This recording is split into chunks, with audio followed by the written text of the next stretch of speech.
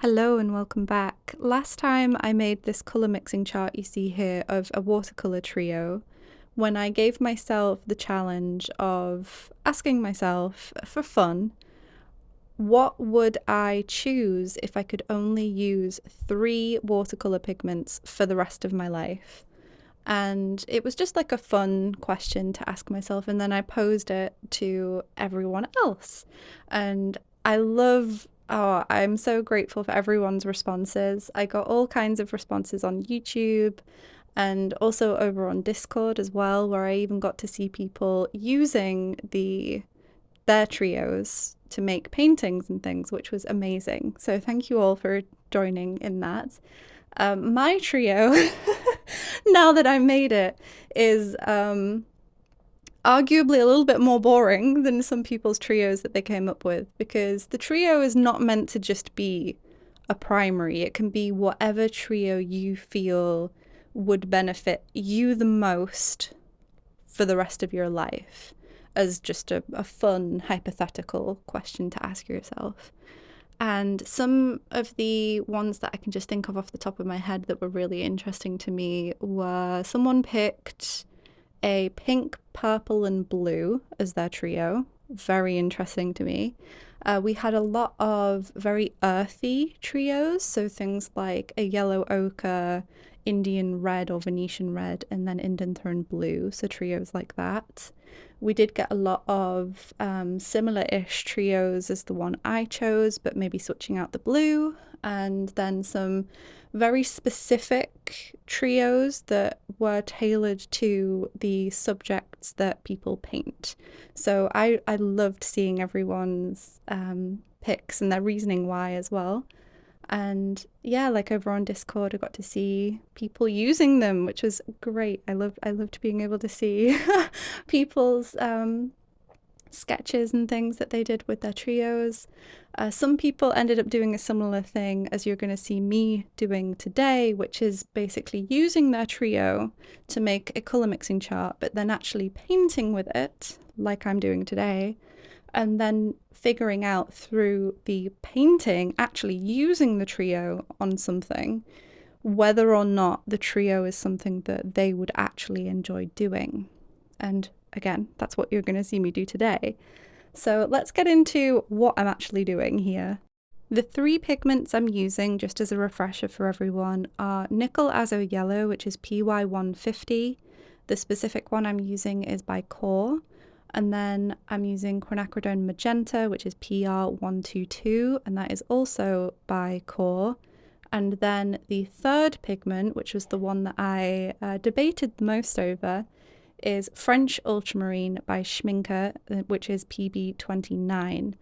And the reason why I'm specifying especially the ultramarine is because of the ultramarine's characteristics, the specific ultramarine I'm using today, because that is the thing in the trio that gave me the most difficulties in deciding in the first place in the previous video, but also gave me the most difficulties when actually painting. A little bit of a background on my history with ultramarine is needed here, I feel. I have used, in professional watercolors, 3 types of ultramarine over the years. I've tried others on things like dot cards and samples and things like that, and then I previously used a different student grade ultramarine. But the 3 that I have mainly used are French Ultramarine by Daniel Smith, which was what I started out with when I got my first set of professional watercolors. And then for a very long time I used Sennelier, and the specific one I used by them was Ultramarine Deep. And then I started using both Sennelier's Ultramarine Deep and Schmincke's French Ultramarine. And that was because Sennelier's is very subtly granulating. It still granulates, but it is nowhere near as strong as other ultramarines. And I really, really like that for certain applications. But then I started to get to a point where I really, really wanted a lot of heavy granulation. And so I sought a ultramarine that was very, very granulating and came to the conclusion that French Ultramarine by Schmincke was what I was looking for and ended up picking that up. And it is the most granulating ultramarine I have ever used. And I decided that because of that, it would be more of like a specialty ultramarine for me. And I kept using the Sennelier one as my everyday ultramarine because of its more subtle granulation, and then brought in the Schmincke one for specific situations where I wanted heavy granulation. And for a while I was using both for those reasons.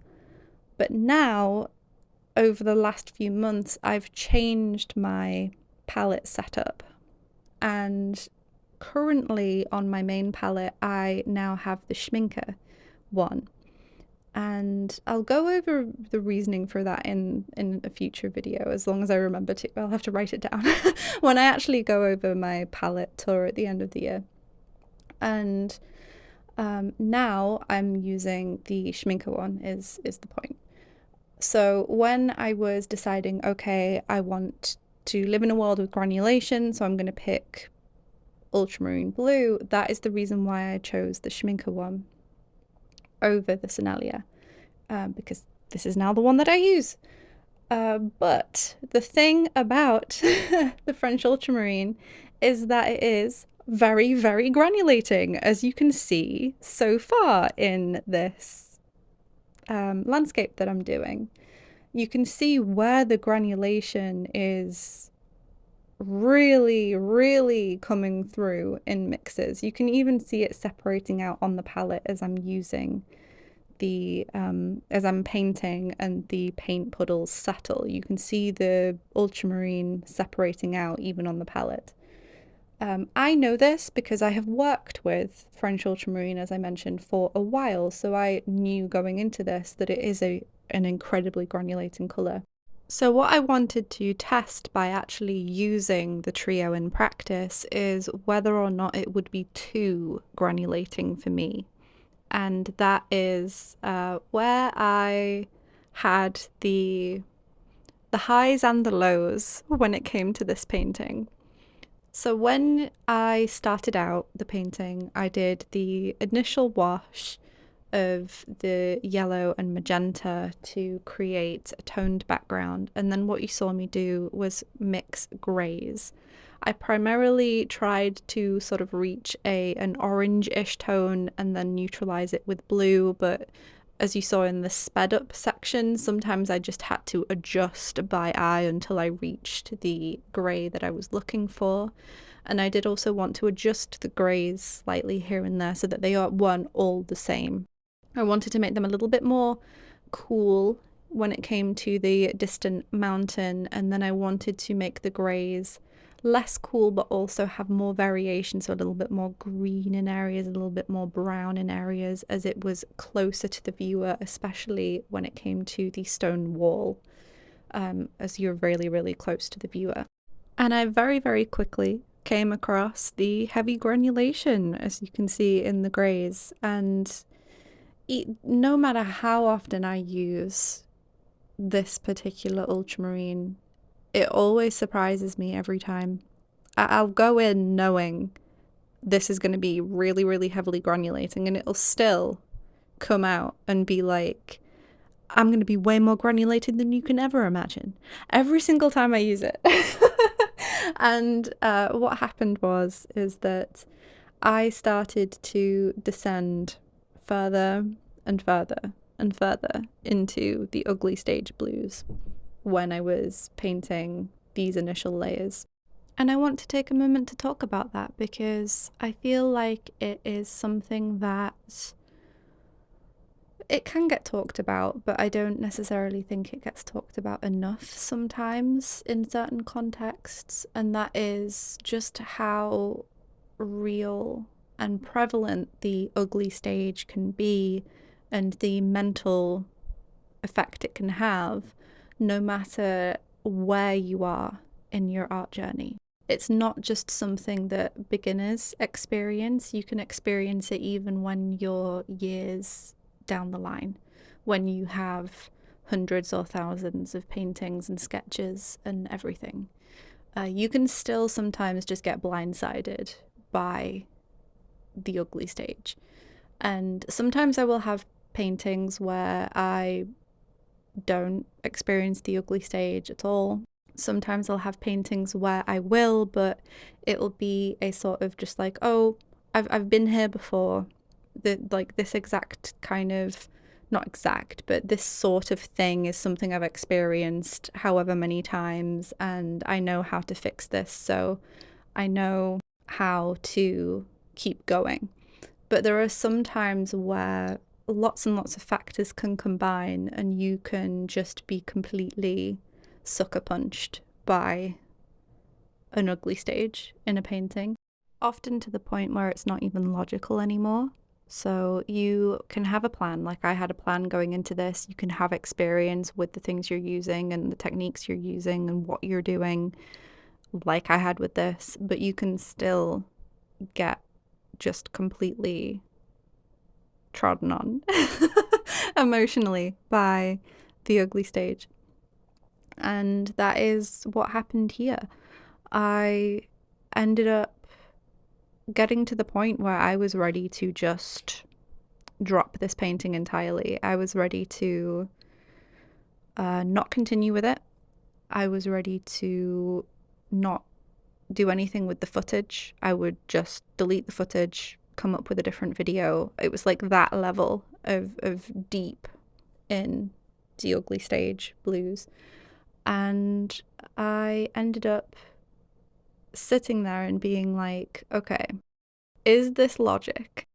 Because when the ugly stage can get really bad, it can sound like logic. It can sound like, this is just a bad painting, so we need to start over. And sometimes paintings can go wrong and you do need to just start over. So it's learning to discern when it's that or when it is just the ugly stage sounding like logic.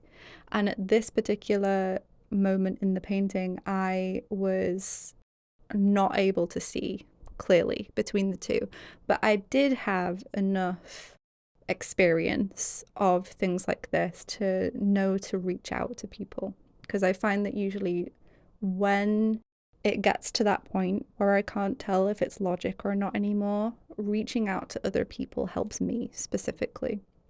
There's many other things you can do as well. You can just close what you're doing, you can just stop, put it away for at least 24 hours and then come back to it. I've done that before sometimes and that has helped.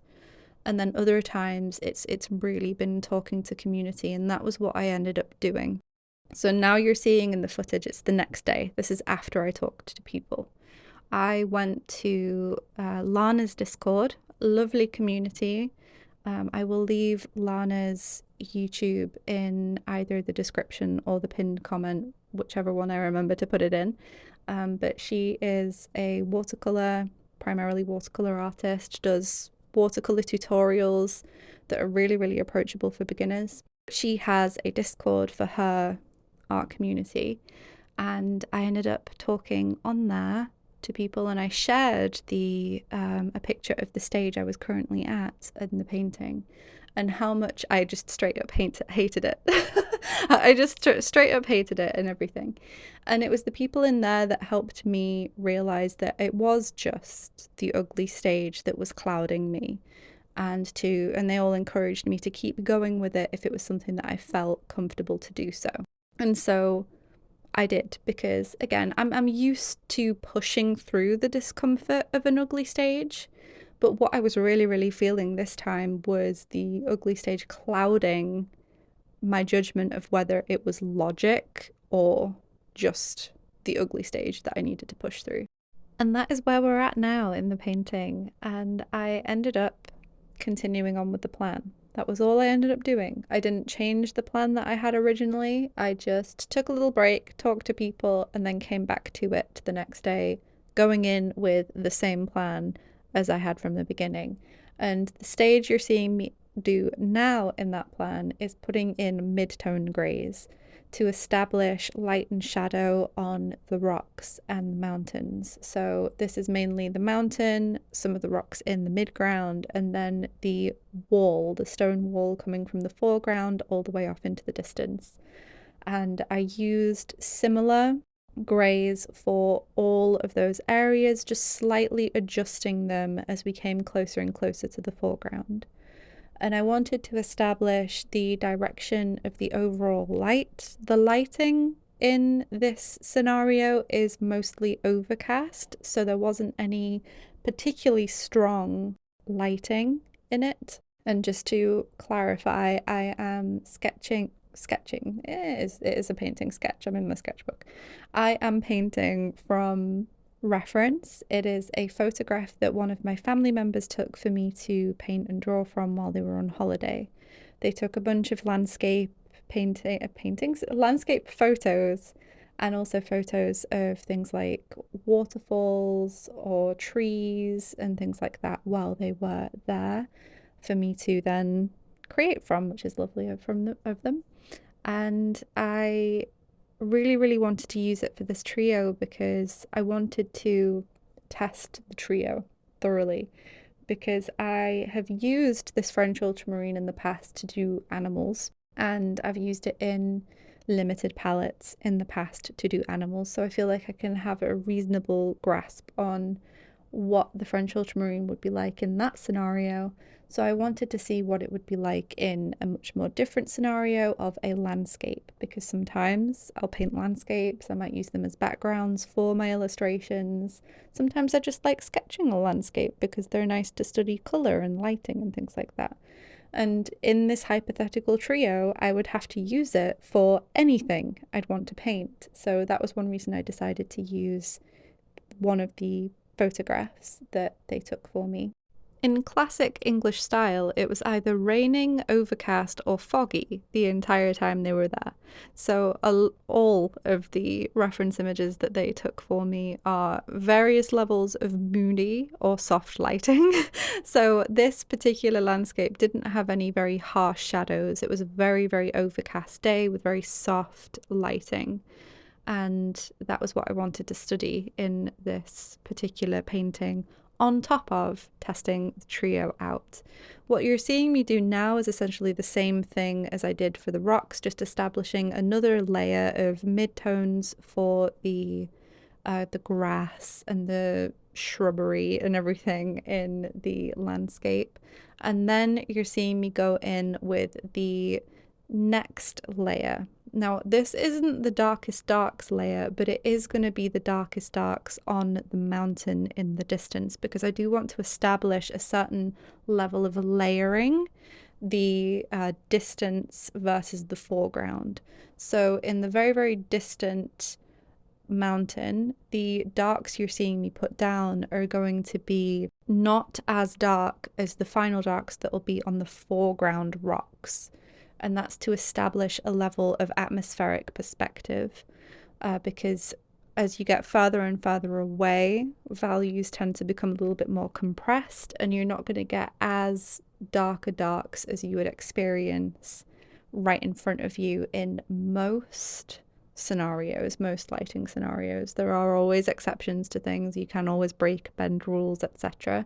But that was the effect I was going for in this. So I did another layer all the way across, and then for the final layer I went in with the darkest darks of the paintings on the very foreground area of both the sort of bouldery rocks on the ground, and then also on some areas in the closest bit of the walls to us.